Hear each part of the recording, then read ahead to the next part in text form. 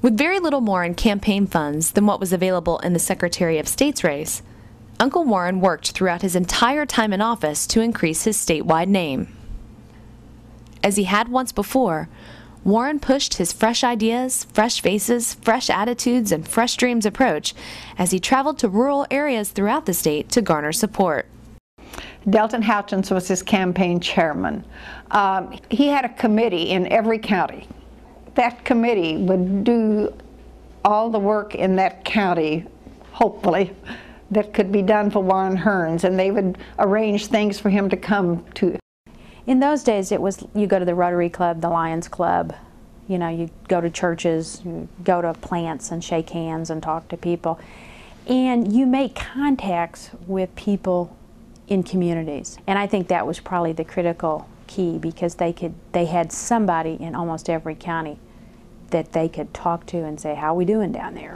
What are we doing? What do we need? That kind of thing. I do believe that it's a fight for good government. It's a fight to have a free election, and I certainly hope and ask that all those who believe in me and believe in the things that I stand for and are against the things that I'm against, then I ask that they join me in what I think will be my try for progress in the Democratic Party and in the state of Missouri for the next 4 years.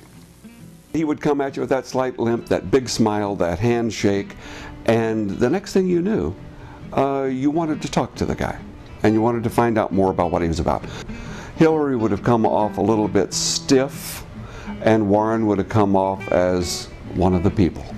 He was talking directly to the people about the things that concerned them and in a way that related to them. His opponent was talking, I think, as a regal person from afar, a voice of authority. Well, a voice of authority can be effective sometimes, but when it comes down to building trust with voters on an individual level, warmth beats authority anytime. Well, the first term when he ran for governor, it was very wearing physically on both governor and Betty Hearnes.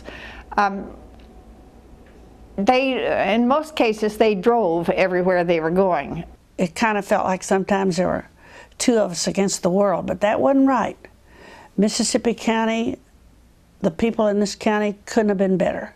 They stood by us, they rode buses, they baked pound cakes, they made coffee wherever we had things as it got hotter and hotter and hotter. We'd go to all the picnics they had, and everybody that had a meeting, and then somebody would have one at their house, and we'd go there, just leg work. Because he didn't have a big sack of money to spend. Like the war, all I can remember is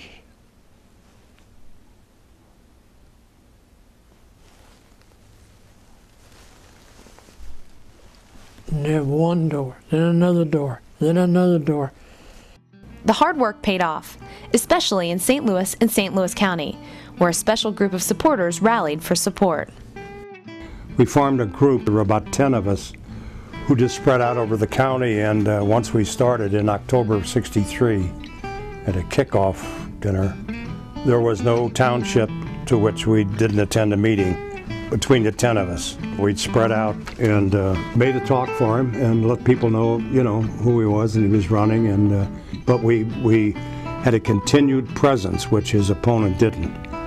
And we financed our efforts in the thing. We didn't have to seek money from Warren or his campaign coffers. He was just one of the fellas, and he worked right along with us. His greatest asset was his own honesty and integrity, and he was very forthright and never would mislead you. Uncle Warren's honesty paid off. Primary election night, 1964. Reports of votes from across the state poured in. Everything in that race indicated it was going to be very close. Everything in that race indicated he might not make it. But there's just something about watching two guys in a boxing match where you start to figure out which one's going to pull it off at the end. We thought we were going to win. But you may think you're going to win, but you're scared to death. It was unbelievable. at one time there, the vote came in wrong. And Warren knew that one. He could always read the, you know, what it was and tell you that's not right because I know where the votes are. And he did. In fact, the vote count for Kansas City, which was Hillary Bush's own hometown, came in thousands over what my uncle expected. But to his relief, the number was corrected, and Warren Hearnes was named Missouri's Democratic primary gubernatorial candidate by more than 51,000 votes. At age 41, Uncle Warren, Aunt Betty, and the people of Missouri beat the establishment. Missouri politics was forever changed.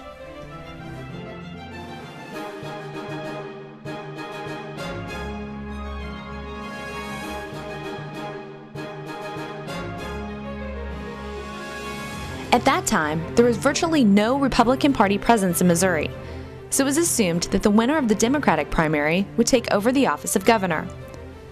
But the celebration of Uncle Warren's unexpected triumph didn't keep him from immediately focusing on and preparing for his future role. So naturally, he enlisted Aunt Betty to plan the inauguration. Warren had decided that we would do it outside because we had been in the inauguration in '61 and they crammed everybody in the rotunda and nobody could see anything. And I'll tell you, we were a people, this was a people's campaign, and we had 9,000 or 10,000 people that were going to come. With a parade that included 200 participants, 11 bands, and over 750 honorary colonels, Uncle Warren's inauguration ceremony was the largest in the state's history. They were very, very excited. In '64, they were very excited, and we got in their car for him to go and accept. And I remember how excited they were, and you could feel the happiness. Because it was a hard, difficult campaign. He was never favored. I have the honor and the personal privilege of presenting to you for the first time His Excellency, the Governor of this great state of Missouri, the Honorable Warren E. Hearnes.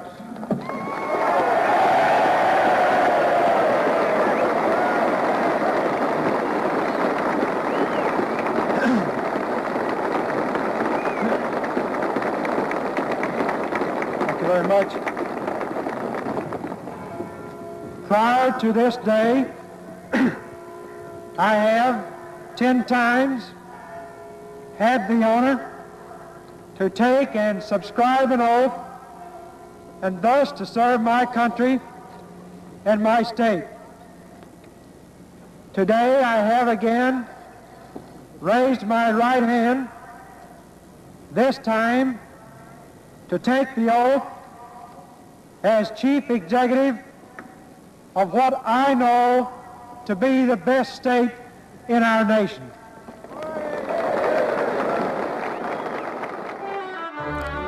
The celebration continued at 3 different governor's balls that evening.